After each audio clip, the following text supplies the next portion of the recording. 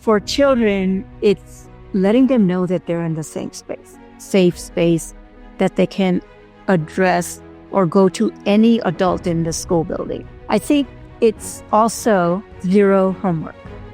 Stress and anxiety are a huge, huge thing. We don't need to give them homework.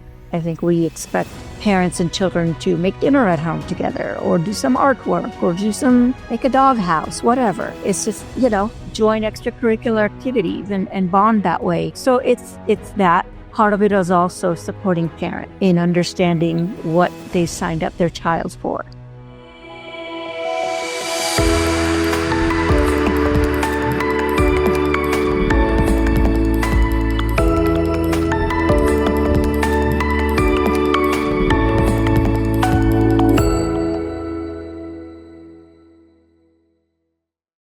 So as a leader, when do you put your hat on and look at the leadership framework and look at the mental health of your students, teachers, and including families that are coming into your program?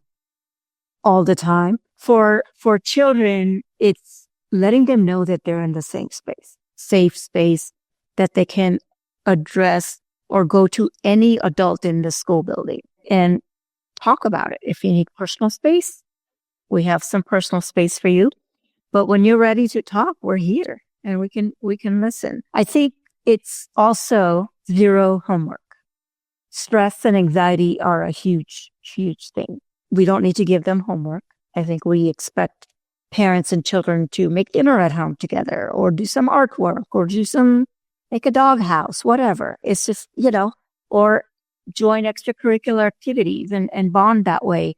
So it's that. Part of it is also supporting parents in understanding what they signed up their child for. Because if they understand it, then they can connect with their own children much better.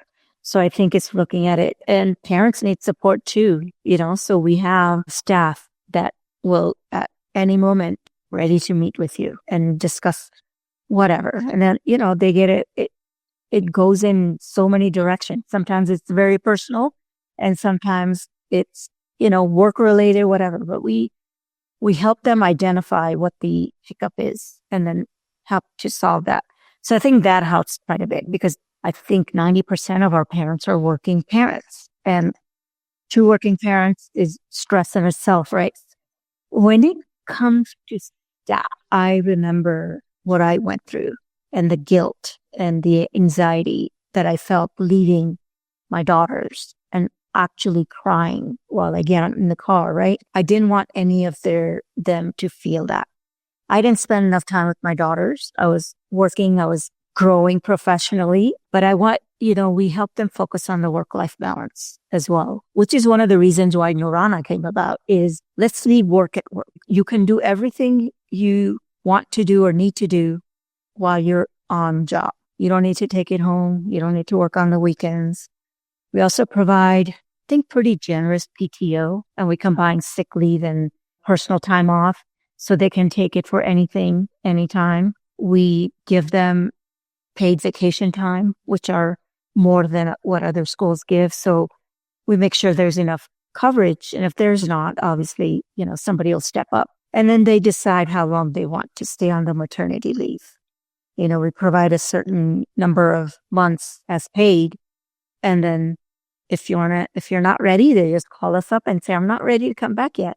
Okay, when are you ready? And then, so there's that flexibility in that. There shouldn't be any stress with the new baby. Now that we have the NIDO, I think we've taken care of that anxiety. They know what they're bringing their child to. And so they're all happy. They can go on their break, go feed the baby, and get back to work. So multiple things. It's not like you can't just do like one thing and think that everybody's going to jump on board, right? We've also started the school fully paid life insurance policies for all of my staff because I realize they're paycheck to paycheck. There's nothing they're leaving behind. And so it's a fully funded life insurance policy that's yours as long as you stay. We offer 401k and that they can take with them wherever they go if they decide not to stay. And more as we educate them more and more, they're starting to contribute And so teaching them the financial responsibility. You can't do paycheck to paycheck when you're 60. Stress will always be there. So working on a multiple level, educating, being flexible. Truly being a guide. And that brings me to the question of memory care. Can you tell us a little bit about now we've talked about the high school, we've talked about the young age, and now talk about the golden ages. We ended up purchasing this land right next to the school. There was a business there that went bankrupt. And so we had to go qualify to be applying for the land. And it was there were 3 people. We went to the bankruptcy court. The person that was there alone, he's like, he saw who we were going against. And he's like, no, I can't compete with you guys. So I'm out. And then we just happened to, again, patience on our bidding. We got the land. It was 3.5 acres. So on that 1 acre, I knew I wanted to open the nido. And then my brothers and I are thinking, like, what do we do with the other? And so my dad had found his success in America in hotel business, and my brothers were taking care of it. So it was my younger brother. He's like, hotel is getting saturated. We've lost passion for it. Why don't we try something different? And it was his idea to do assisted living and memory care. And then I'm like, and we can make it intergeneration, and we can make it Montessori and this and that, right? Ideas just started coming. And I said, what? We can have younger children go work with elders. Elders can come help with the babies. They have a purpose. And then I went and did, Kathy Minardi told me about Jennifer Brush. And she's like, you need to go take Jennifer's workshop. I went to DC, took her workshop. First day, like the first hour, I was like, the clouds parted, and I was like, oh my God, this is so doable. And then I knew exactly what needed to be done to get it done. So we have 16 memory care units, and the rest out of 74, 54, I think, are assisted living.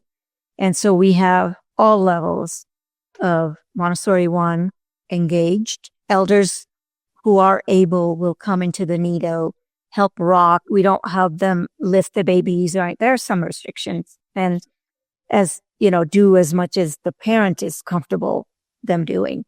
But they'll read, they'll sing songs, and they'll, just hang out with them. And the joy of seeing them together, just for the elder, and then the child is just looking at them with this wide eye, like, who is this person? So it's beautiful. We do have a Montessori trained guide that we hired to work with elders in our memory care. And so we're looking at their declining abilities. There are 11 declining abilities. And so we look at which ones are declining and then pair up Montessori activities that will go with those declining abilities. And then, it's the same process with children. With children, we're helping them develop. With elders, we're just, trying to hold off the progression. And so the more they practice, hopefully the better they'll be able to get. And so we are, just this summer, we started pairing up one child with one elder. So it's my senior friend is what they call them, senior friend. And they're bonding one-on-one now for the first time. One story I got from one of my staff is a boy's senior friend was late coming to meet him. And the boy is just sitting on the couch, fidgety, worried that he wasn't going to see him. And suddenly he sees the friend coming, and he just shoots up, runs, gives him a big old hug. I am so happy to see you.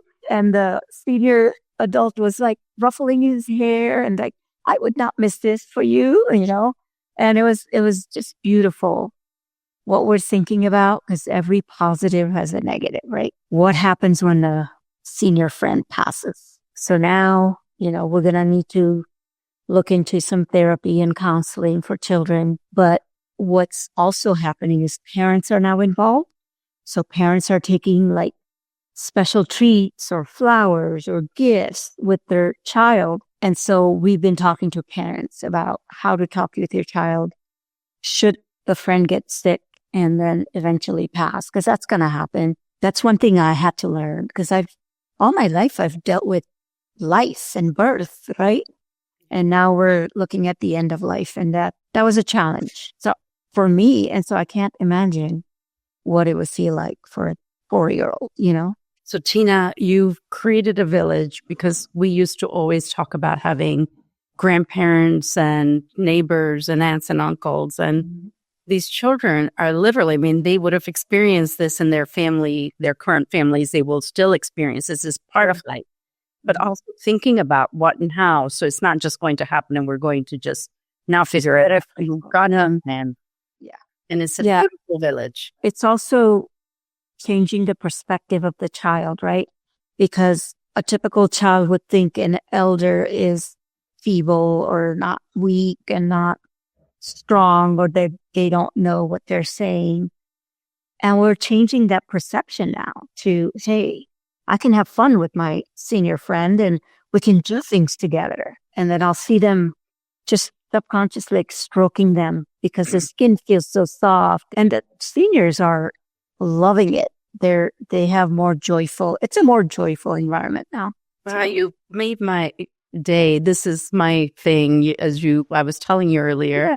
The supporting seniors, I really have always been drawn to the aging population, and I've always seen them. So I learned so much from them, and you want to contribute, and they now can continue to contribute. Yes. And it's our culture, right? That's a reality. It's going to happen to all of us. It's how we help them spend the final years of their life is what counts. We don't want them to be passive in front of TV all day long. That's not living.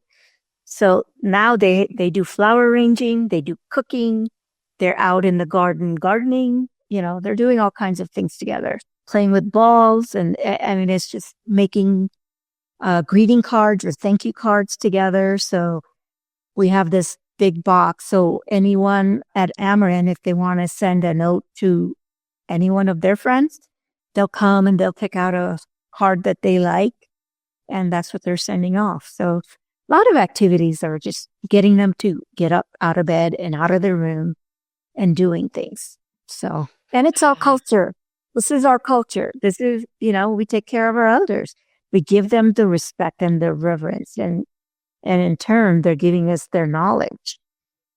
And that's what I wanted to build with Amarin is we need to respect the elders. They're not just to be forgotten.